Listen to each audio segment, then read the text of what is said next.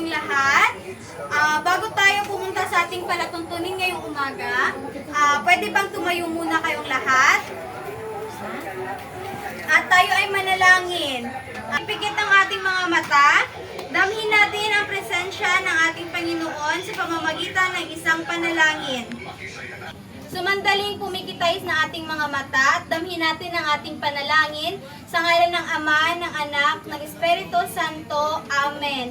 Panginoon, naway gabayan mo kami ngayong araw sa aming pag-aaralan at sana po hindi mo kami pababayaan kung saan man kami pupunta, lalo na pag araw-araw kaming dumadaan sa kakalye pag pumupunta ng paaralan. Sa ngalan ng Ama, ng Anak, ng Espiritu Santo. Amen. Pwede na kayong umupo. Bago tayo pumunta sa ating klase, meron akong tanong sa inyo. Sino dito nakaalala kung ano yung pinag-aralan natin kahapon? Okay? Tungkol sa balangkas. Okay, tama. Tungkol sa balangkas. Kung naalala nyo pa, ano nga ulit yung balangkas, Sarah? Ano?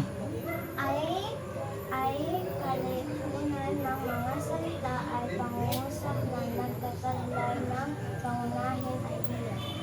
Okay, tama. So, yung balangkas ay ang kalipunan ng mga salita at pangungusap na nagtataglay ng pangunahing ideya. Okay, may tanong ako sa inyo. Naranasan nyo na bang tumawid sa isang tulay? Okay, naranasan nyo na. Paano kaya kapag walang tulay ang isang sapa o ilog?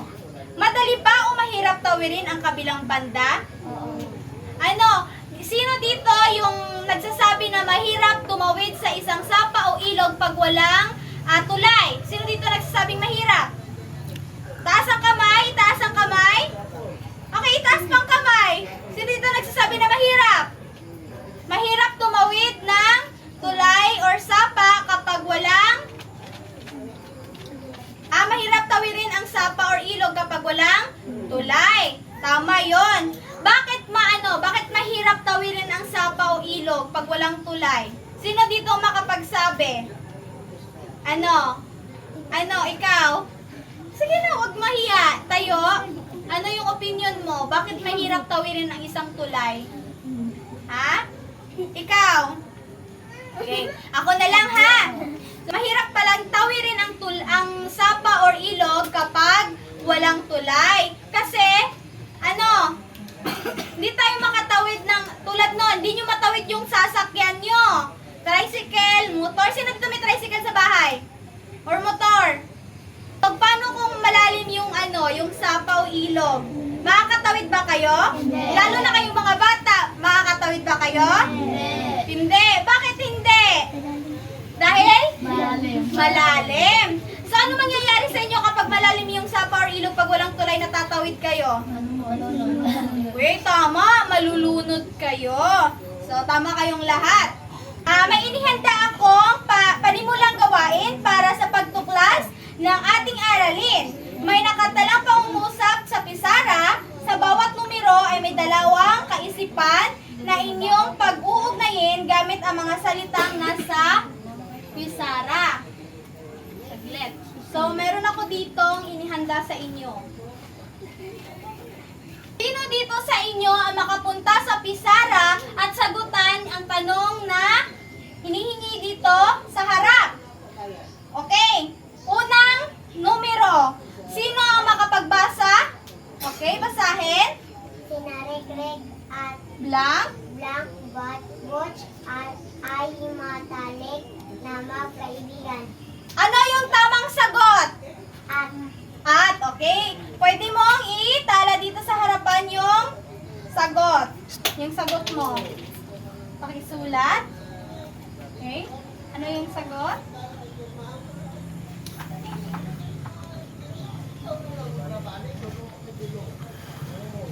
Okay. Tama ba? Tama ba ang kanyang sagot? Anong sagot niya? At tama. So, tama. At, basahin ulit. sinaregreg at Butch ay malalim na magkaibigan. Tama. Sino ang makasagot?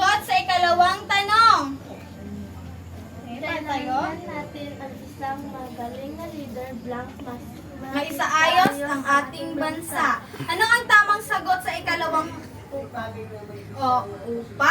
Tama ba? Okay, tama. Pakisulat sa harap.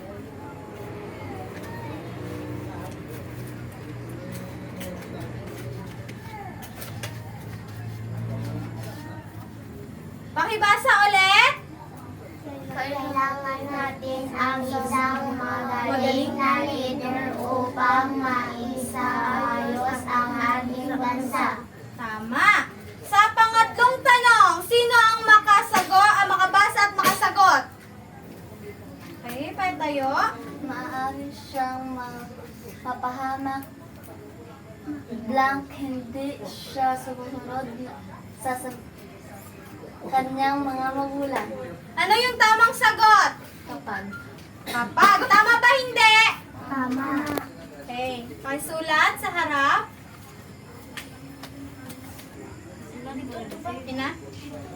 Sige, pakibasa. Maaari siyang mapahamak kapag hindi siya sumusunod sa kanyang mga magulang. Tama hindi? Tama. Tama. Sa susunod na numero, sa ika-4 na tanong, pakibasa at pakisagutan. CJ? Wala. Kay Sarah? Ako nga ba ang mahal mo lang siya kanina pang nakatisig sa'yo? Ano ang tamang sagot? Oh, basahin natin lahat. Ako nga ba ang mahal mo o siya na kanina pang nakatisig sa'yo? Tama hindi? Tama. Tama. So, sa panghuling tanong, sino ang makasagot? Pakibasa at sagutin. Sino? Sino pa sa inyo? Ikaw na, Bi. Pakitayo. Ikaw, Basahin at sagutin ang tanong sa pisara. Sige. Di na tayo tutuloy lang malakas na ang ulan. Ano ang tamang sagot? Sapagkat. Sapagkat. Tama hindi? Tama. Tama. Okay.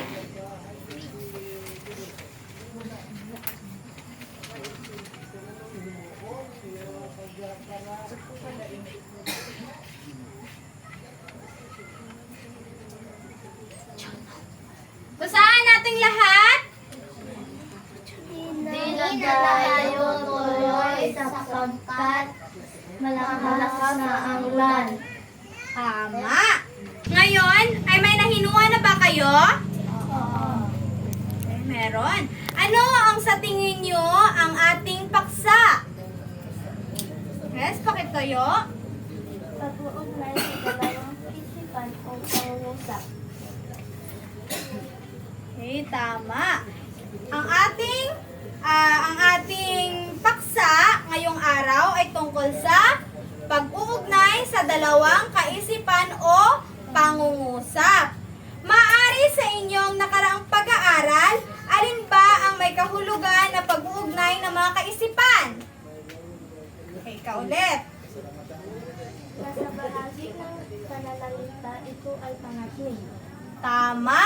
Ito ay nasa bahagi ng anong ulit yon? Na Pananalita. pananalita at ito ay Pangatid. ano? Pangatnig. Tama. Ngayong araw, dahil sa inyong kahusayan, tama lahat yung naging sagot nyo, dumapo tayo sa ating pag-aaralan ngayong araw or ang ating paksa ay tungkol sa pangatnig. Pakibasa, basahin natin lahat. Pangangarik, ito ay salita o grupo ng mga salitang nagpapakita ng pagkakaugnay ng isang salita o kaisipan sa isang kaisipan. Okay. So, ang pangatnig, ito ay kataga, salita o grupo ng mga salitang nagpapakita ng pagkakaugnay ng isang salita o kaisipan sa isa pang kaisipan. Halimbawa nito ay at, ni, kapag, para, kaya, nang. So, ang pangatnig, ito ay ang pagkakaugnay ng isang salita. Gamit nito, ang mga halimbawa ay ang At, ni, kapag, para, kaya, nang. tama. Ngayong araw, dito tayo dumapos sa iba't ibang uri ng pangatnig. Maraming uri yung mga pangatnig. Dito, maipapakita ko sa inyo yung mga iba't ibang uri ng pangatnig. Meron tayong siyam. Malalaman natin yan. So, ang una, meron tayong pamukod. Sino makabasa tungkol sa ating unang uri ng pangatnig? Sino makabasa? Wala? Sarah, pakibasa. Pakitayo. At basahin ang unang uri nating pangatnig. Ginagamit sa Pakilakasan. o pagtatangi gaya ng o, ti, Ni. maging, at man. Halimbawa, ikaw man o ako ay hindi maghahanap ng isa ay Mabigo. Okay. So, ang unang uri ng pangatnig ay pamukod. Ginagamit sa pagbubukod o pagtatangi gaya ng o, ni, maging, at man. Halimbawa, ikaw man o ako ay hindi maghahangad na siya ay mabigo. Pangalawa, panubali. Sino makabasa? CJ, pakibasa. Tayo na CJ. CJ, magaling niya magbasa eh. Pakibasa. Panubali, nagsasabi ito ng aalinlangan gaya ng kung hindi Matutuloy. ang ating palatuntunan. Halimbawa, kung uulan, hindi matutuloy ang ating palatuntunan. Salamat, CJ. Okay. Ang panubali, ito ay nagsasabi ng pag-aalinlangan gaya ng kung hindi matutuloy ang ating palatuntunan. Halimbawa, kung uulan, hindi matutuloy ang ating palatuntunan. Tama. So, ang pangatlo ng ating uri ng pangatnig ay ang paninsay. Basahin natin lahat. Paninsay. Paninsay kapag sinasalungan ng unang bahagi ng pangungusap ang ikalawang bahagi nito gaya ng ngunit, datapwat, subalit, bagaman, kahit. Halimbawa, siyang umay na bumagupay kahit maraming nanirasan niya. O, ano nga ulit yung paninsay? Ito ay ang sinasalungat ng unang bahagi ng pangungusap. Ang ikalawang bahagi nito gaya ng ngunit, datapwat, subalit, bagaman, kahiman, or kahit. Halimbawa, nakatakda siyang umani ng tagumpay kahit maraming naninira sa kanya. Pang-apat, ito ay ang pananhi. Pakibasa. Pananhi, nagbibigay ito ng dahilan o katuwiran para sa pagsaganap ng kilos. Ang mga ito ay dahil sa sanhi sapagkat mangyari. Halimbawa,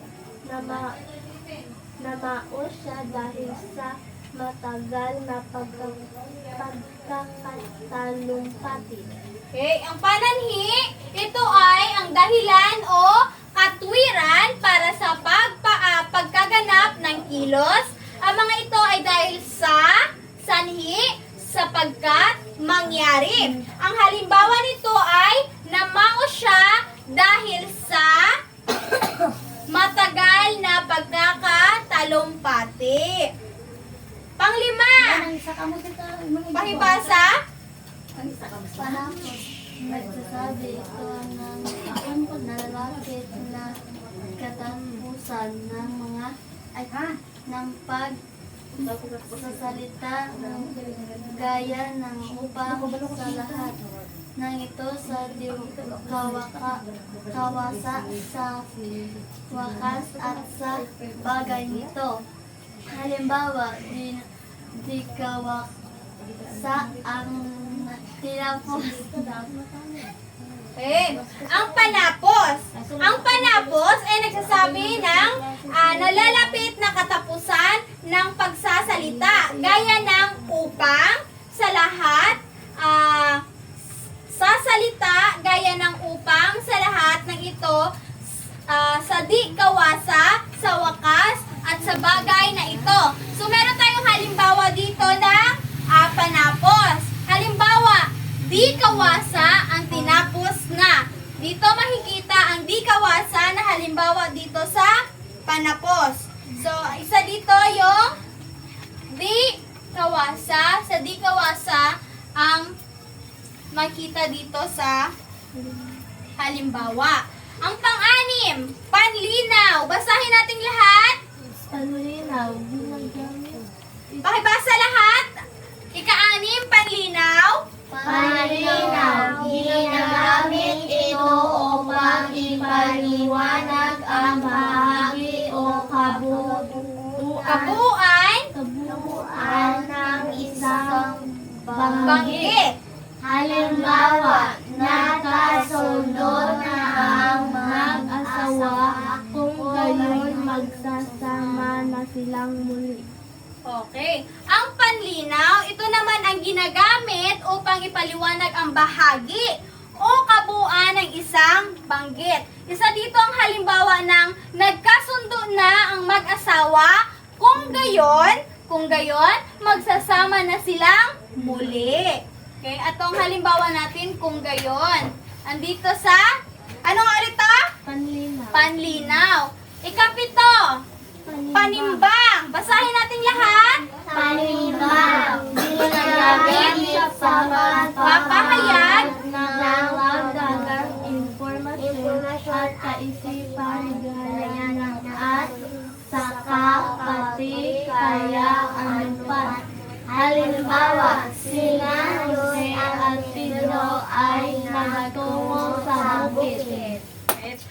Ano nga ulit yung panimbang? Ang panimbang, ito ay ginagamit sa pagpapahayag ng karagdagang impormasyon at kaisipan. Gaya ng at, saka, pati, kagaya, anupat. So, ang halimbawa nito ay sina Jose at Pedro ay nagtungo sa bukid.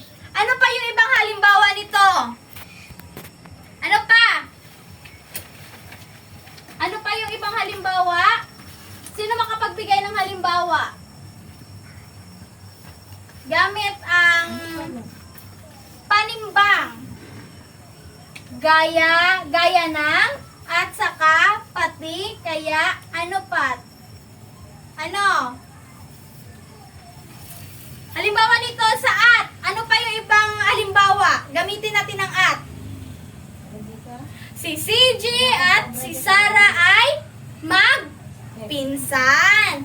Okay, dito natin makikita yung ano? At. Si CJ at Sarah ay magpinsan. Okay, ngayon dumapo tayo sa ikailan? Ikapilan na? Walo. Ikailan? Walo. Ano yung pangwalong uri ng pangatnig? Pamanggit. Pamanggit. Basahin natin lahat ang pamanggit. Pamanggit. Gumagaya o nagsasabi lamang ng iba tulad ng Daw, sa, ganang, akin, akin o iyo. Di umano. Umano. Ang halimbawa. Halimbawa, sa akin, ang iyong plano ay mahusay.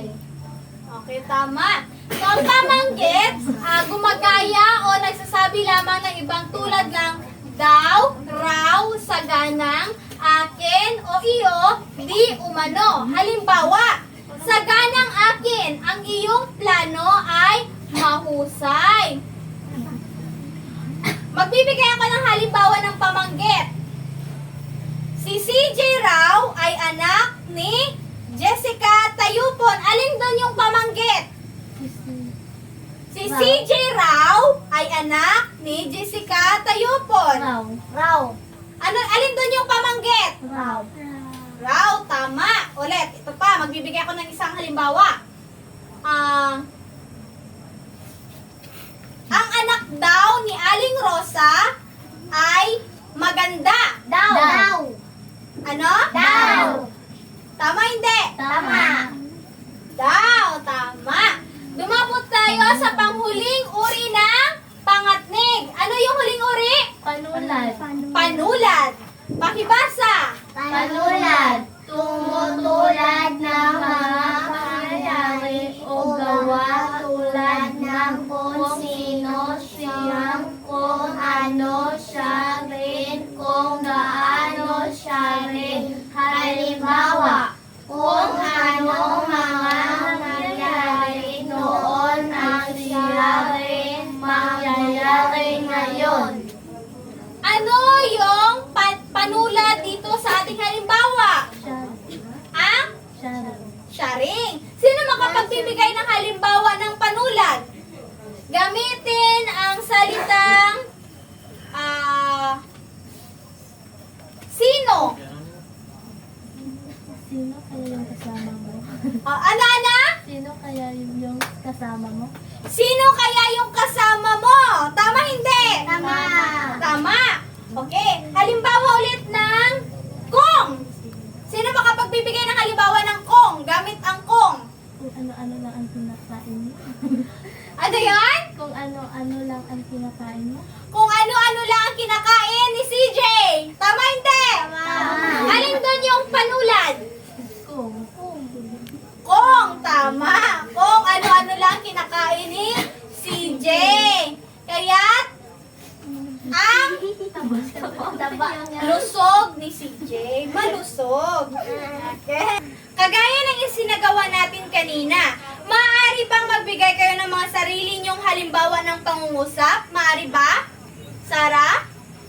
Pupunta ako sa bayan kapag sasama ka. Tama, hindi? Tama. Pupunta Ako ako sa bayan kapag sasama kapag sasama ka. Alin doon yung pangatnig? Ang kapag. kapag. Tama, hindi? Tama. Tama. Salamat, Sarah. Ikaw ay gusto sa iyong sinagot. So, ina na ating tinalakay. Ano ulit yung pangatnig? Sino makapagsagot sa tanong ko? Anong ulit yung pangatnig? Kahit tayo? Pangatnig ito ay kataga Salita? o grupo ng mga salitang nagpapakita ng pagkakaugnay ng isang salita o kaisipan sa isa pang kaisipan. Halimbawa, at, ni, kapag, para, kaya, nang. Tama! Tama siya, di ba? Wasto hindi? Gusto. Wasto. So, ang pangatnig, ito ay kataga, salita o grupo ng mga salitang nagpapakita ng pagkakaugnay ng isang salita o kaisipan sa isa pang kaisipan. Isa-isahin muli ang uri ng pangatnig. Ano nga yung 8 uri ng pangatnig? Ano yung una? Pamukod. Pamukod. Pangalawa? Panubali. Panubali. Pangatlo? Paninsay. Paninsay. Pang-apat? Pananhi. Pananhi. Panglima? Panapos. Panapos. Pang-anim? Panlinaw. Panlinaw. Linaw. Pang-pito? Panimbang. Panimbang. Pang-walo? Pamanggit. Pamanggit. Ang panghuli, Panulat. panulat. Sino dito ang makapagtayo at sabihin ng wasto or sunod-sunod ang mga uri ng pangatnig? Sino dito makasagot? Wait, pakitayo. Ano yung mga iba't ibang uri ng pangatnig? Pamukod, panubali, paninsay, panamhi, panapos, panlinaw, pamimbang, pamanggit, panulat. Kukunin ko ito at sasabihin nyo ulit yung mga iba't ibang uri ng pangatnig. Ulit? Ano nga ulit yung mga iba't ibang uri ng pangatnig? Pakitayo. Ano nga ulit yon? Pamukod, panubali, paninsay, pananhi, panapos, panlinaw, panimbang, pamanggit, panulat. Tama! Sino ulit yung makabasa? Sino ulit yung makasabi ng mga iba't ibang uri ng pangatnig? Pakitayo. Ano nga ulit yung iba't ibang uri ng pangatnig? Pamukod, panubali, paninsay, pananhi, panapos, panlinaw, panimbang, pamanggit, panulat. Tama! Dahil alam nyo na yung iba't ibang uri ng pangatnig, dumapo naman tayo sa susunod nating tatalakayin. Okay?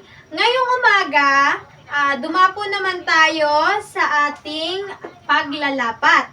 Ngayon, bali yung gagawin nyo, individual na gawain ito. Pumili ng kahit anong paksa, gumawa ng isang sanaysay at salunggihitan ang mga pangatnig na inyong ginamit. Ulitin ko, individual na gawain ito. Pumili kayo ng kahit anong paksa, gumawa ng isang sanaysay, salungguhitan ang pangatnig na inyong gagamitin. Bibigyan ko lamang kayo ng 5 minuto upang gawin ang inyong sanaysay na isusulat. Okay? Salungguhitan nyo yung pangatnig na inyong ginamit. Okay, pwede na kayong magsimula. 5 minuto lamang.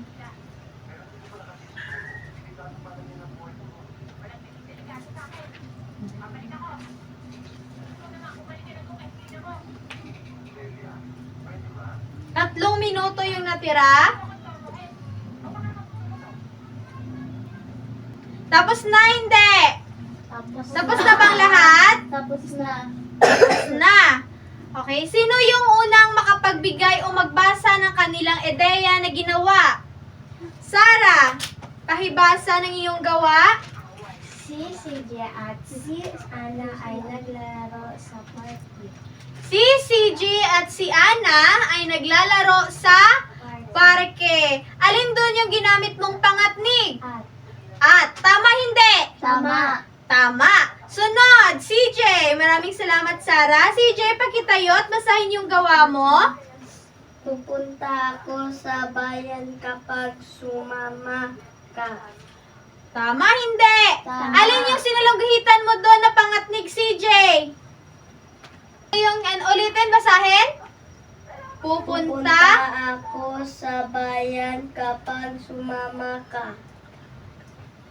Ano yung sinalunggitan mong Kapag. Sa kapag. Tama, hindi. Tama. Oh, ang galing ni CJ. Sunod. Pakitayo. Maraming salamat, CJ. Ang kabayo ni Jose ay mabilis tumakbo. Ang kabayo ni Jose ay mabilis tumakbo. Tama, hindi. Tama. Alin din yung sinalunggitan mong pangatnig? Ni. Okay, maraming salamat. Sunod. Si Rachel at si Maricel ay magkakapatid. Si Rachel at si Maricel. Maricel ay magkakapatid. Alin din yung sinulunggitan ng pangatnig? At. Tama. So, lahat ng inyong mga sagot at yung mga gawa nyo ay wasto. Lahat tayo, pakitayo. Yung gagawin ninyo, magbigay kayo ng 5 masigabong palakpak, 2 bagsak at sabihing magaling, magaling, magaling. 1, 2, 3. 1, 2, magaling, magaling, magaling. Okay, maraming salamat. Pwede na kayong umupo. Ngayong araw, dumapo naman tayo sa ating huling gagawin ito ay ang pagtataya. May hinanda ako dito. Tanong na inyong pagsasagutan. Sino makabasa ng panuto? CJ! Si CJ yung papabasahin natin. Panuto, punan ang patlang ng wasto na pangatnig. Maraming salamat, CJ. So, bali yung gagawin natin ngayong umaga, makikita nyo dito, punan ang patlang ng wastong pangatnig. Mayroon tayong mga pangatnig dito na nasa loob ng kahon. Piliin ang wastong sagot dito sa mga hinihiling na pangungusap. Okay? Basahin. Maging. Sakali, datapwat, ngunit daw kung gaano.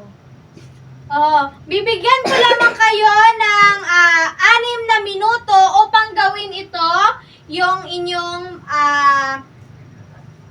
inyong sasagutan. Pwede na kayong magsimula. 6 na minuto lamang, pagkatapos ay titignan natin yung mga gawa nyo kung tama ang inyong isinulat or inyong mga sagot. 3 minuto na lang. Tapos na ba lahat? Tapos na. Sino ang makapunta sa harapan at isulat kung ano ang tamang pangatnig na hinihiling dito sa pangungusap? Sino? Sarah. Sa unang numero, pakibasa. Huwag magharap-harapin dito ka. Maganda nga ang kaibigan mo, blank suplada naman. Ano yung tamang sagot? Pakisulat.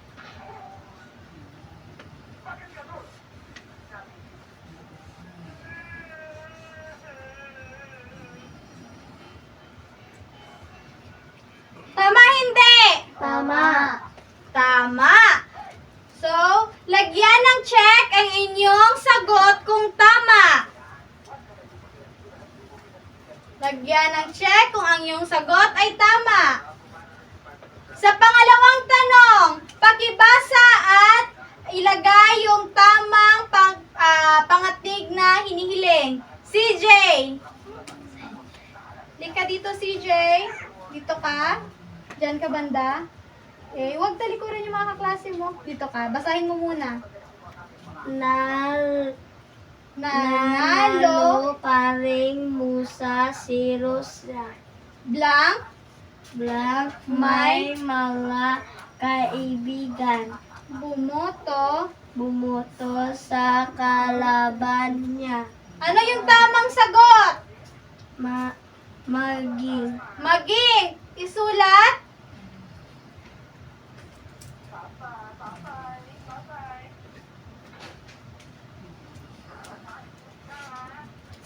Tama, hindi? Tama. Sa pangatlong tanong, sino yung makapagbasa at ilagay yung tamang sagot? Ikaw. Pangatlo, basahin. Hindi tayo mahuhuli ng mga para Maraming isda. Blank. Blank lumitaw ang Buwan. Ano yung tamang sagot dito? Ilagay sa patlang.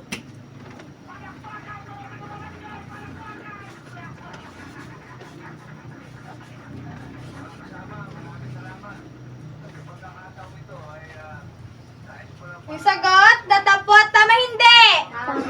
Tama. Iwasto yung mga sagot na ninyong nasa inyo. Lagyan ng check kung tama. Pang-apat, pakibasa at ilagay ang tamang sagot. Sapat lang. Basahin. Walang diferensya sa akin. Lang si Jose ang magwagi sa paligsahan. Ano yung tamang sagot? Sakaling. Sakaling. Isulat.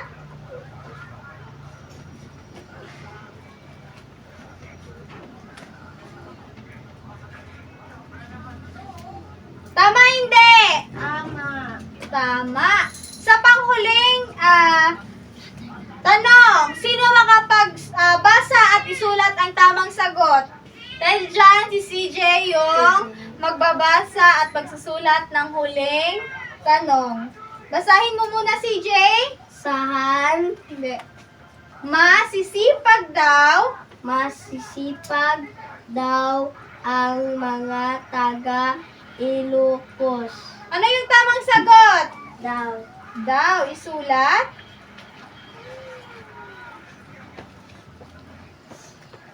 Tama, hindi?